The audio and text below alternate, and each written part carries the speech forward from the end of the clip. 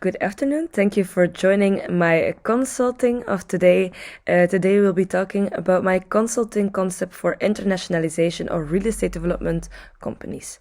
So we will be talking about the setting, the context, the concept as a product, and then finally the concept as a service.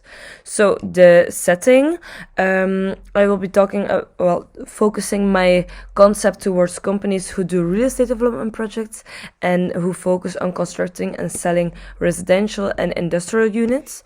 For a context for the internal and external factors, I've created a SWOT, and then for the external factors, I've created a PESTEL. For the SWOT analysis, I'll be going into further detail about the ones we will be focusing on and to which this concept is created. So as a strength, there's a high demand in the house market, giving us a market for our products. The strongest weakness for this setting is the financial risk, as there's a high capital requirement for project funding and development, and there's a high sensitivity to rate changes, credit availability, and liquid challenges. Our biggest opportunity is the rising demand in emerging markets and sustainable and green projects. Well, for the rising demand in emerging markets, it gives us an expansion opportunity in emerging markets with growing population and urbanization, and it is a potential for developing affordable housing and infrastructure in developing regions. For the sustainable and green projects, there is an increasing demand for eco-friendly, sustainable and energy-efficient developments. And this gives us the opportunity to capitalize on green certification and environmentally conscious consumers. Our biggest threat at this moment is the market volatility and economic uncertainty, as a vulnerability to economic downturns is very present. You have a fluctuation of the property values, and there could be a global financial crisis. This impact of geopolitical tensions, trade conflicts, and global economic instability are really big. Then for the PESA analysis for real estate project development companies, for the political one, we have the government policies and regulations. So the impact of government policies on real estate development, such as zoning laws, land use regulations, and planning permissions. On the other hand, the political stability and changes in government affecting investment, climate and property rights. Then for the economic, you have market conditions, you have the economic side, interest rates, inflation rates, and their influence on property demand and affordability. And then foreign exchange rates impact the international investment and financing cost. Then for the social, you have the demographic trends. There is a changing demographic, population growth, migration patterns, and their effect on housing demand and poverty preferences. And there's a lifestyle change influencing preferences for community living, sustainable housing, and amenities.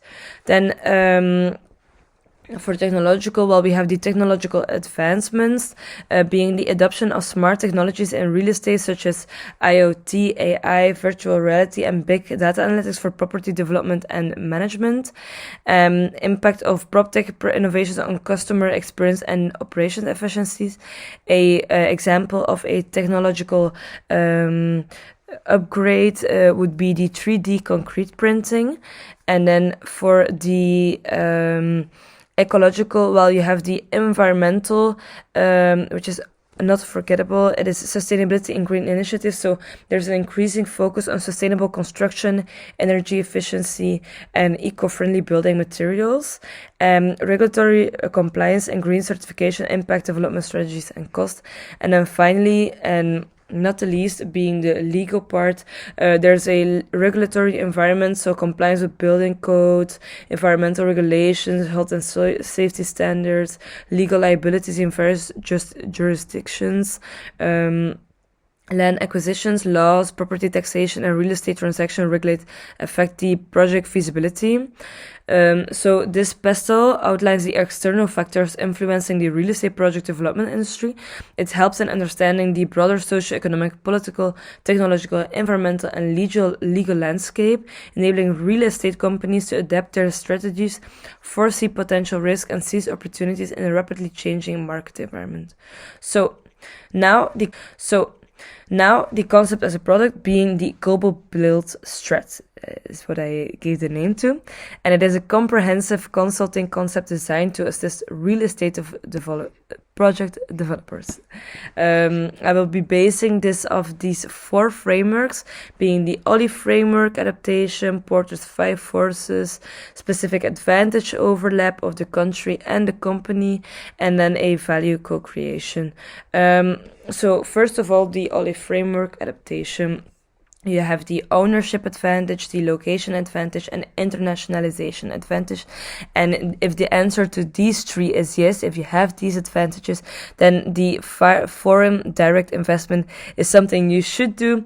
If there is a no in this is not the best way to go. So you need to find your own specific ownership advantage. It can be a specific expertise, intellectual property, financial measures. Then for the location advantage, it should be that it has, for example, market potential, it has a good climate of regulatory, and their cultural and economic factors are in your advantage, for example. And then for internalization, well, you need to check if you have access to these markets, the risk and the control you can do in these particular countries, the operational efficiency, and well, these 3 factors you need to integrate for expansion. Check if you have these advantages, if your company matches these of the location, if there's a possibility of internalization, if this works. And then of these countries, you should also do a Porter's 5 forces model, analyzing the power of the suppliers, of the buyers, the entrants, the substitutes, and the competition. So first of all, you take your own, compare it with the company, and then with the other country, and then of this country, you make a Porter's 5 forces model. And then finally, bringing these 2 together, being the country-specific advantages and the firm-specific advantages. And if these overlap, you should do it. So, well, the first specific advantages, we can divide it into 4 parts. For example, the expertise and specialization. You need to assess the specific expertise and specialization the real estate developer possesses. This includes skills and sustainability, construction, innovative design, project management efficiency.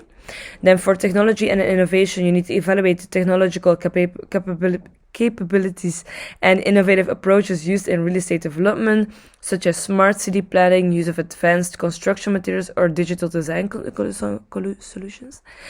And then financial strength, analyze the financial capacity of the developer, including access to capital, financial stability, and ability to invest in large-scale projects. And then lastly, the brand reputation and network. Well, you need to consider the reputation, the brand recognition, and the existing professional network of the real estate developer, which might facilitate partnership or collaborations in new markets. Then some country-specific advantage. Well, you might look at the market demand and the growth potential. You need to research the current and projected demand for real estate in each country. Consider factors like population growth, urbanization trends, economic stability that may drive the real estate market. Then for the regulatory environment, you need to assess the regulatory framework in each country related to the real estate development, including land ownership laws, construction regulations, tax incentives, and government policy supporting the sector. Then thirdly, the infrastructure and development opportunities. Well, you need to examine the existing infrastructure on ongoing development projects in each country. You need to evaluate potential opportunities of real estate developers to contribute or to benefit from infrastructure development initiatives. And then lastly, the cultural and socio-economic factors, where you need to consider the cultural preferences, socio-economic stability, lifestyle trends that may impact real estate preferences and investment opportunities in each country. And then based on these, you need to bring these together. As I told you, you need to bring these strengths together and consider if there is a match. If there is a match, you should definitely go for it. If there is no match, you should reconsider another country. And then finally, the fourth framework, well, value co-creation. You need to collaborate with stakeholders. You need to promote collaboration with local communities, potential buyers, and other stakeholders to co-create value. You need to ensure products meet the specific needs and expectation of this particular market. You should create value not only with your stakeholders, also with the community and towards the environment. As there is an increasing environmental sustainability to the people, for the customers, it is important that you take this in account and together, for example, collaborate with people who provide these environmentally friendly things, helping community, and you should jointly create value by doing this. Then we come to the concept as a service, and I call it the global build strat consulting methodology. And this is the effective applicants of the frameworks. First of all, starting with the OLI framework, well, the project developer needs to have specific advantages or ownership advantage who makes it appealing to go international. This can be expertise in sustainable building skills, innovative design skills, efficient project management process, and access to unique architectural concepts. Okay, so next I will give you some countries who have a specific location advantage and might fit with your particular ownership advantage of your company. The United Emirates are like Dubai or Abu Dhabi are active markets for real estate development and are known for their ambition building projects. They specialize in innovative architecture and durable building techniques, and this can be an opportunity for a company who is aligning with these. If you, on the other hand, if you and your company has an expertise in smart developments, are really innovative, then you might go to Singapore. Then if you have if you in your company have a strong emphasis on durability, green technologies, if you have these technologies, these building methods, a good fit might be in Germany. And lastly, if you are building affordable houses, builders of communities, small houses, then Poland might be an interesting country to go to. But it is important that in the intern organization, you should be able to coordinate over the different borders, to control over the different borders. You need to understand the local market. You need to be able to handle this particular culture which plays in this country. You need to be able to handle diverse regulatory. You need to have an effective collaboration being with the local stakeholders, governments, and contractors. And when having this, you can decide if you want to go to this country or not. But again, of this country, you should make a Porter's 5 forces model of both United Emirates, the Singapore, Germany, and Poland. Of all these countries, you should still do a Porter's 5 force model, deciding or evaluating how this company positions itself and if you can enter, if it's interesting to enter, if you have significant power to enter, if there's not too much competition, for example. And then lastly, the third framework being of these firm-specific advantage and country-specific advantage. Well, for your company's own strengths, this can be, again, expertise in luxury developments and high-end real estate, innovative construction technologies and sustainable practices. For example, you have cutting-edge construction techniques, green building certification, sustainability initiatives in your projects, or your global networking and partnership. This is your greatest strength. And then for example, you have a big financial capacity and a excess of capital. Well, this gives you then the opportunity to invest abroad, to undertake large-scale projects or investments abroad. And then again, shortly, the country-specific advantages for real estate in each country. Well, United Arab Emirates being the booming luxury real estate market, tax benefits, strategic location for global investors, government support for real estate development. For Singapore, this is being the stable real estate market, high demand for upscale properties, advanced urban planning, and innovation-driven environment for smart city initiatives. For Germany, this is a strong economy, emphasis on sustainability, stability in the real estate market, attractive investment climate, and demand for eco-friendly projects. And then for Poland, this is a growing demand for residential and commercial properties, infrastructural improvements, EU funding support, lower labor costs, and in expanding urban centers. So again, if the strength of your company matches the strength of this country, you should go to this country. If you are able to internalize this and coordinate over the borders, understand local markets and this culture, accept it regulatory and comply with it, and you need to have effective collaboration.